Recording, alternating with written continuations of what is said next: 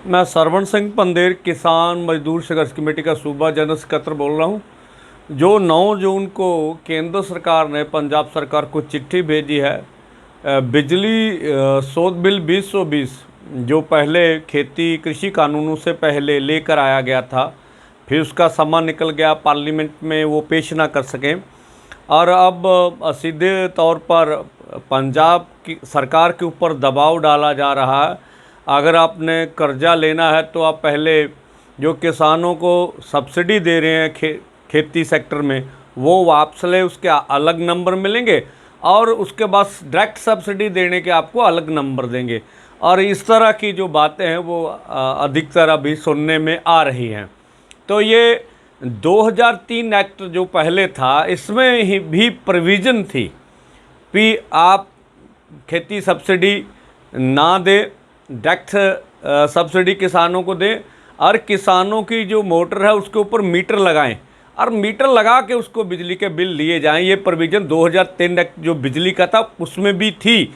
और अब नया बिजली शोध बिल 2020 ला के पूरी तरह निजीकरण करने की ओर जो थी केंद्र की सरकार बढ़ रही थी।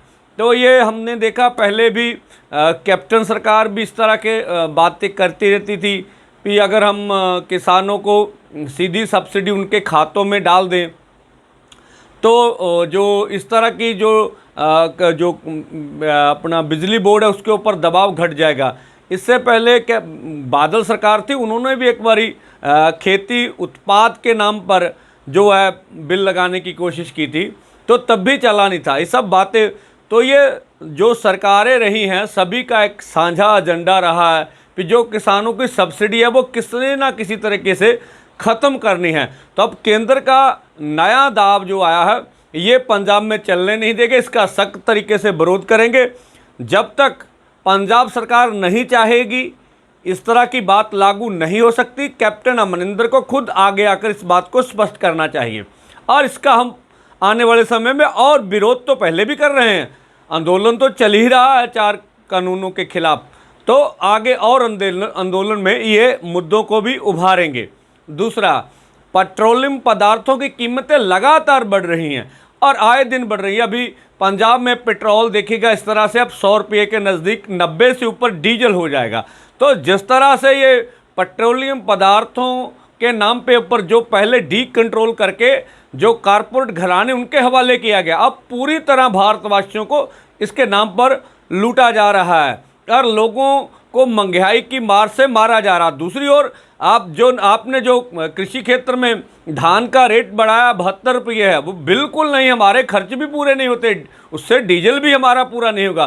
तो इस तरह से केंद्र सरकार जो पूरी तरह आम जो नागरिक है, भारत के किसान मजदूर, उसको मारने के ऊपर तुली हुई है। जो आंदोलन चल रहा है उस आंदोलन तब तक जारी रखेंगे जब तक केंद्र सरकार जो है हमारी मांगे मान नहीं लेती। दूसरी ओर कैप्टन सरकार भी, अभी धान का सीजन चल रहा है, किसानों को 8 घंटे बिजली सप्लाई देने में नाकामयाब रही है। अभी तक मुलाजिम भर्ती नहीं है, बहुत कम मुलाजिम रह गए हैं, आउटसोर्सिंग से काम किया जाता, उनके भी टेंडर अभी तक खुले नहीं। आंधी से बहुत सारे यहाँ नुकसान हुआ है।